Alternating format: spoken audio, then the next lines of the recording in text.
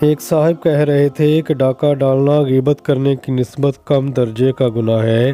میں ان کی بات سن کر سمجھا کہ مذاق کر رہے ہیں، لیکن جب انہیں اپنے قول میں سنجیدہ پایا تو پوچھا، اے صاحب، یہ آپ کیا فرما رہے ہیں بھلا؟ ڈاکہ زنی غیبت سے کیسے اچھی ہوگی؟ انہوں نے کہا، بھائی تم جانتے ہو کہ ڈاکو بہادری سے آگے آتے ہیں اور للکار کر حملہ کرتے ہیں۔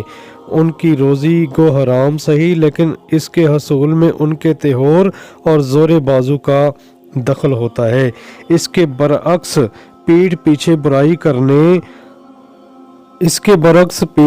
برائی کرنے والا بزدل ہوتا ہے۔ وہ اپنا نامہ اعمال تو سیاہ کر لیتا ہے، لیکن اسے حاصل کچھ نہیں ہوتا۔ تو ناظرین کرام، بات کرنے کا مقصد یہ ہے، اس حقائق سے پتہ یہ چلتا ہے کہ انسان غیبت سے بچے